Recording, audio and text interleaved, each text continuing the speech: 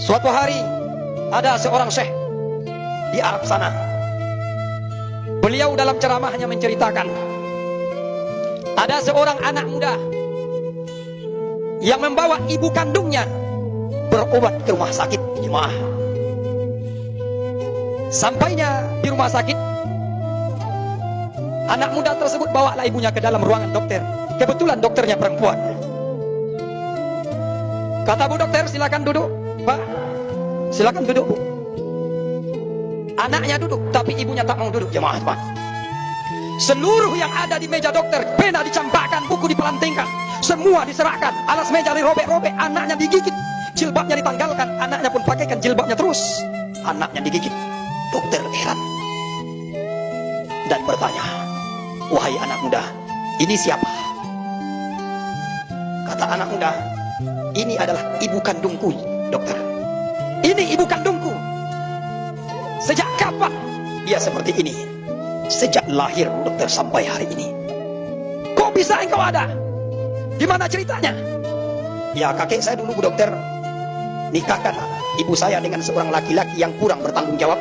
Saya lahir ke dunia, dia tinggalkan saya beserta ibu saya. Sejak kapan kamu rawat ibumu? Sejak kecil, bu dokter. Mau mandi saya mandikan, siang malam, pagi dan petang saya sibuk mengurus ibu saya, termasuk membawa dia hari ini kepada engkau, wahai dokter. Jadi ibumu gila? Ya, ibu saya gila, dokter. Kata bu dokter, bagaimana mungkin engkau merawatnya sebegitu hebat, nah, sebegitu luar biasa, sementara ibumu gila, sampai kapanpun dia tidak akan pernah tahu bahwa engkau anaknya. Kata anak muda tersebut, jemaah Jumat, bu dokter, ibu saya tidak akan pernah kenal, tidak akan pernah tahu siapa saya, bu dokter. Tapi Allah tahu bahwa saya anaknya, bu dokter. Allah tahu bahwa saya anaknya, dan saya wajib berbakti kepadanya. Itu bukan perintah dokter, bukan perintah ulama, bukan perintah ustadz, bukan perintah rasul, tapi mutlak perintah Allah. Wa qada rabbuka alla ta'budu illa wa bil walidaini ihsana. Mutlak, dokter. Dokter tundukkan kepala serta meneteskan air mata, jemaah. Kata bu dokter, sudah banyak nasihat yang masuk di telinga saya, nak. Sudah banyak kiai, sudah banyak ustadz ulama yang menyampaikan nasihat begitu lantang, nak, tapi belum pernah masuk ke batinku, nak. Tapi ketika engkau jawab dengan jawaban yang sungguh penuh dengan hikmah, masuk ke batinku, meneteslah air mata, ibu dokter, jemaah. Ibunya gila, tapi penuh bakti kepada ibunya. Jemaah Jumat sekalian yang dimuliakan Allah, waktu yang sangat singkat ini paling tidak bisa kita ambil iktibar dari cerita seorang pemuda kenyataan ini. Ibu kita mungkin tidak gila, jemaah. Ibu kita tidak gila, tapi kadang-kadang mungkin ngomong berulang-ulang kita seorang anak di hari tuanya seorang ayah, dia akan bertanya terus, nah, engkau sehat, nah, nah, bagaimana keadaan ekonomimu, nah, bagaimana rumah tanggamu, nah, bagaimana anak cucuku, nah. Dia akan nyinyir dalam pertanyaan itu, jemaah. Dan dia tidak akan pernah bosan menanyakan keadaan kita. Tapi kadang-kadang anak yang sudah mulai mewah ekonominya, sudah mulai meningkat prestasi statusnya di kantornya, di tempat kerjanya, menengok orang tua jarang, melihat, memperhatikan, memeluk tubuhnya yang sudah mulai rapuh, tangannya yang sudah mulai berkeriput, tapi sulit kita sentuh, jemaah. Kita ada di dunia ini bukan karena pejabat, bukan karena ustadz, tapi berkat perjuangan seorang ibu yang tegar di tengah meregang, di tengah kesakitannya. Satu langkah kaki di akhirat, satu langkah di dunia, perjuangan, perasan keringat, cucuran darah. Yang penting kita lahir di dunia, jemaah.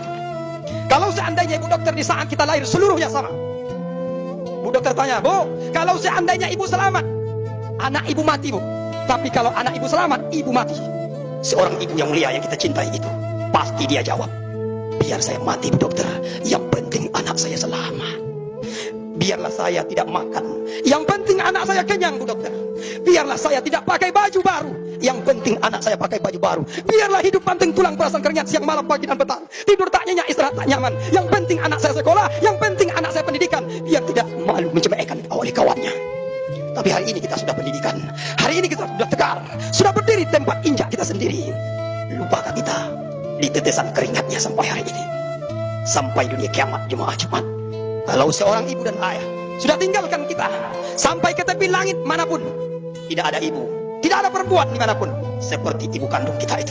Sepakat hati kita ketika ibu disebut, itulah yang sedang mengalir darah yang sangat keras dalam tubuh seorang anak yang belum berbakti kepada orang tuanya.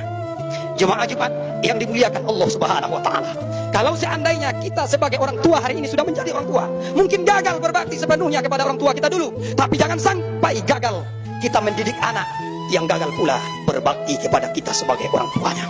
Tunjuk hari ini anak saya yang soleh, yang akan memandikan saya Pak Ustaz, yang akan memakaikan pakaian terakhir kain kafan namanya, yang akan menjadi imam dalam sholat saya, yang akan meletakkan kening saya di liang lahat nanti. Ini anak saya.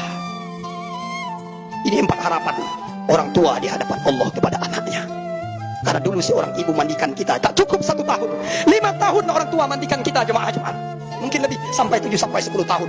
Tangan mereka yang menyentuh dengan penuh kasih dan sayang dan kelembutan itu mandikan kita sampai bersih. Satu kali diharapkan, tolong mandikan ibu nak, tolong mandikan ibu nak untuk yang terakhir nak. Ketika badan ibu terbaring kaku, tangan tidak berdaya, hati pun sudah mati nak, mulut sudah terkunci, tangan engkau yang akan menyentuh ibu nak. Setelah selesai pemandian itu, engkau nak yang akan memakaikan kain kafan ayah, kain kafan ibu nak, karena pakaianmu dulu pernah ayah pakaikan, pernah ibu pakaikan sampai 7 tahun nak. Dan kita sepakat itu terjadi. Satu kali nak, tolong pakaikan pakaian terakhir ayah. Ketika ayah sudah diam 1000 bahasa nak, ayah tidak bisa bergerak, kaki tidak bisa berlangkah, tangan tidak bisa diayunkan, lidah sudah membisu nak, otak tidak berfungsi, hati pun sudah dikunci mati Allah. Engkau yang akan memakaikan pakaian itu nak. Yang ketiga kata ayah, engkau sudah sekolah nak, engkau sudah dipanggil sarjana nak, engkau dihormati dimanapun kau datang nak. Tapi kehormatan itu tolong berikan segelintir untuk ibu nak. Engkau yang menjadi imam dalam sholat jenazah ayah, dalam sholat jenazah ibu nak. Itulah yang ditunggu oleh orang tua, jemaah Jumat sekalian. Yang terakhir, tangan ibu nak yang lembut itu dulu, di pangkuan kehangatan kasih sayang ibu, engkau tidur dengan nyenyak dulu nak.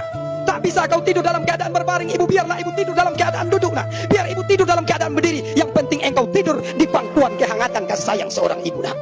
Tolong letakkan dengan tanganmu yang lembut itu ibu nak. Tolong letakkan dengan tangan pumpulan nak.